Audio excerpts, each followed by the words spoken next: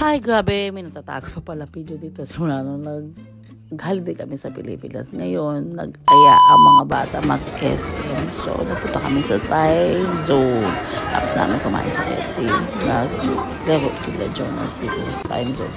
So, first time na dito talagang hindi niya malaman kung ano yung games na lalaroin niya kasi sobrang dami choices. So, parang naka 500 din kami na tokens, 500 pesos na halaga. Tapos, yun, sulit din yung paglalaro pero medyo nabitin pa nga sila.